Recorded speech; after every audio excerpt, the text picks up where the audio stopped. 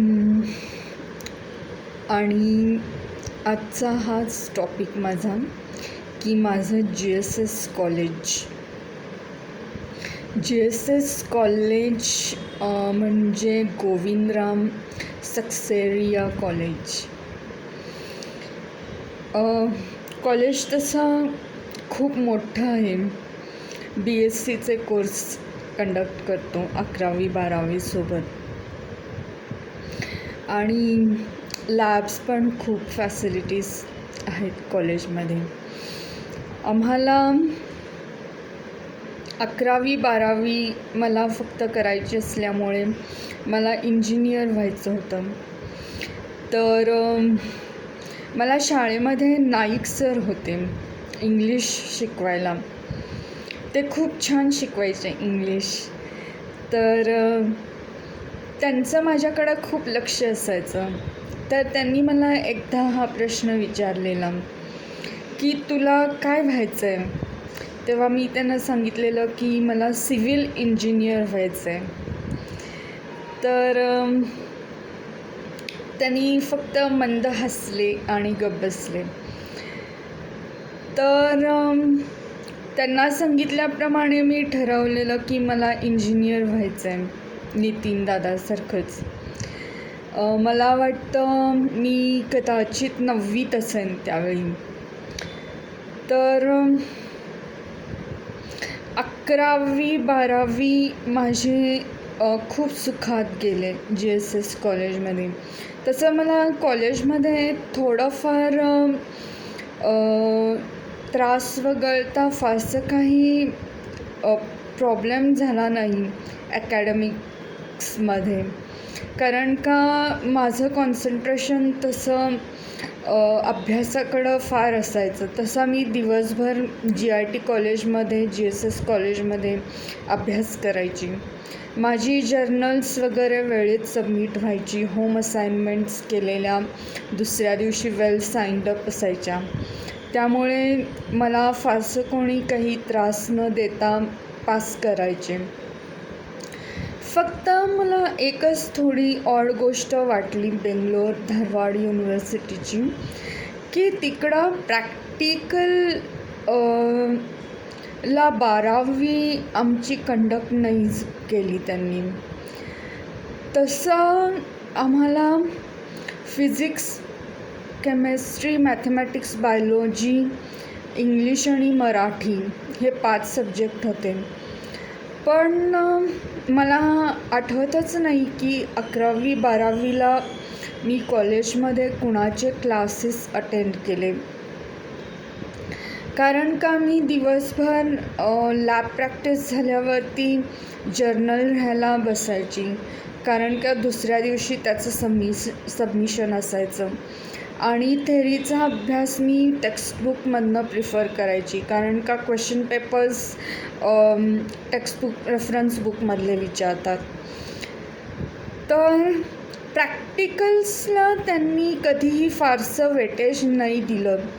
तो एक माझ्यासाठी खूप ड्रॉबॅक झाला, कारण का माझं प्रॅक्टिकल एरिया खूप स्ट्रॉंग होती सायन्स साईडला. थेरीमध्ये मला 60पैकी 55 मार्क मिळून जायचे. खूप छान पडायचं थेरीत मार्क. पण प्रॅक्टिकलला ते लेक्चरर्स मला वेटेज देत नव्हते. ज्यांचं प्रॅक्टिकल्स इम्प्लिमेंट होत नव्हते त्यांना ते डिस्टिंक्शन द्यायचे. मला हा एक थोडा संशय येणारा डाऊट आला की हे मार्कलिस्टचं काहीतरी भानगड करतायत कॉपी करण्याच्या सोबत. तर मी पर्सनली युनिव्हर्सिटीमध्ये माझे पेपर्ससुद्धा बाहेर काढून बघून आले की त्यांनी कसं चेक केलेत माझे पेपर्स. पण त्यांचं पेपर चेकिंग इतकं रॉंग होतं की मी HODना कंप्लेंट केली की मला स्टाफ मेंबर शिकवलेलं कळत नाही आहे. तर त्यांनी मला मदत प्रोव्हाइड केली 1-2 वेळा, आणि मग मला फर्स्ट क्लास दिला त्यांनी फायनल इयरला. तसे माझे सगळे सब्जेक्ट क्लिअरही झाले होते, पण प्रॅक्टिकलला परत तोच इश्यू झाल्यामुळे मी माझा ब्लँक पेपर टाकला. कारण का मला नको होतं ते प्रॅक्टिकल इम्प्लिमेंटेशन करायला ऑपरेटिंग सिस्टीम रॉंग असल्यामुळे. नाहीतर मग ते रॉंग कन्सेप्ट एकदा डोक्यात बसले की आपलं कन्सल्टन्सी पण रॉंग जाते. म्हणून मी पेपर ब्लँक टाकायची. तर करेक्ट इम्प्लिमेंटेशनला त्यांनी मला फर्स्ट क्लास दिल्यावरती मला खूप बरं वाटलं की आहे कोणीतरी आपल्यासाठी इव्हॅल्युएट करायला. आणि मला घोळसंगी सर खूप आवडून गेले त्या दिवशी. जरी मी एकटीच बॅक दिले एक प्रॅक्टिकल, तरी मला असं वाटून गेलं की आहे काहीतरी या कोर्समध्ये चांगलेपणा, की बल्कनी एकदम 70% लोकांना बाहेर काढून मलाच एकटीला प्रॅक्टिकलला आत बोलवायला. म्हणून मी असं ठरवलं की आपण कन्सल्टन्सी सुरू करायची. कारण का मी जे प्रॅक्टिकल इम्प्लिमेंटेशन आणि थेरी इम्प्लिमेंटेशन करायची एक्झाममध्ये ते 100% बरोबर असायचं. आणि मला पॉझिटिव्ह रिस्पॉन्सही ओरलला खूप छान मिळायचा, एक्सटर्नलचा वगैरे, इंटरनलचा. आणि सर्किटरी डिझाईन करायची जे मी त्याला.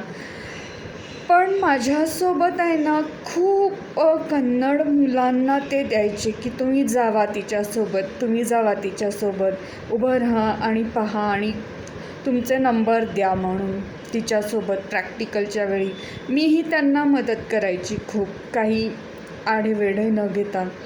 मला खरंच खूप लेक्चरर्सचं कौतुक वाटलं त्यावेळीसुद्धा, की एखादी गोष्ट न येणारी जर असली तरी फारसं त्याचं अवडंबर न करता बाहेर आउट ऑफ वे जाऊन ते स्टुडंट्सना इतकी हेल्प करायची की खरंच मला खूप बरं वाटायचं त्या ॲटमॉस्फिअरमध्ये. असं कधी वाटलं नाही की बाबा आपण चुकलो तर काय करू शकतो किंवा काय होऊ शकतं, मी फेल झाले तर.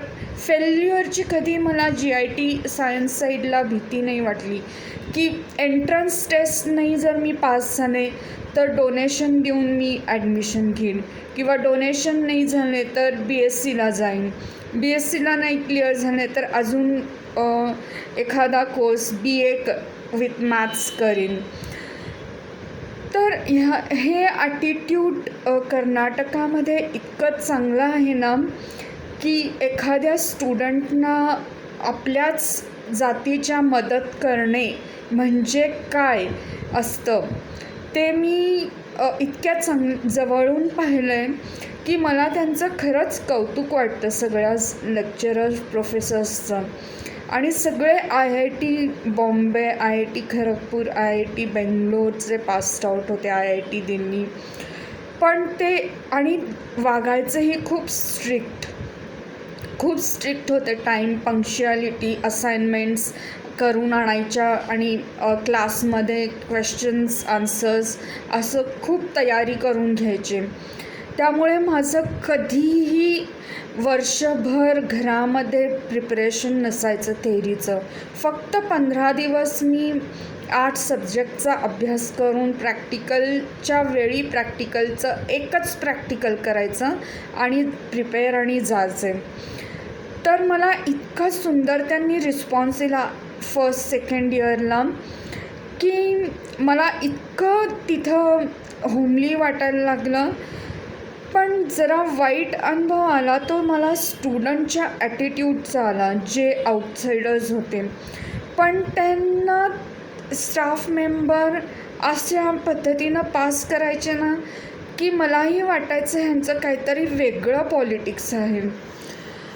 आणि त्यांनी मला चांगलंच त्यांच्यासोबत अडकून ठेवलेलं, कुठल्या तरी कामासाठी कदाचित असं वाटून गेलं.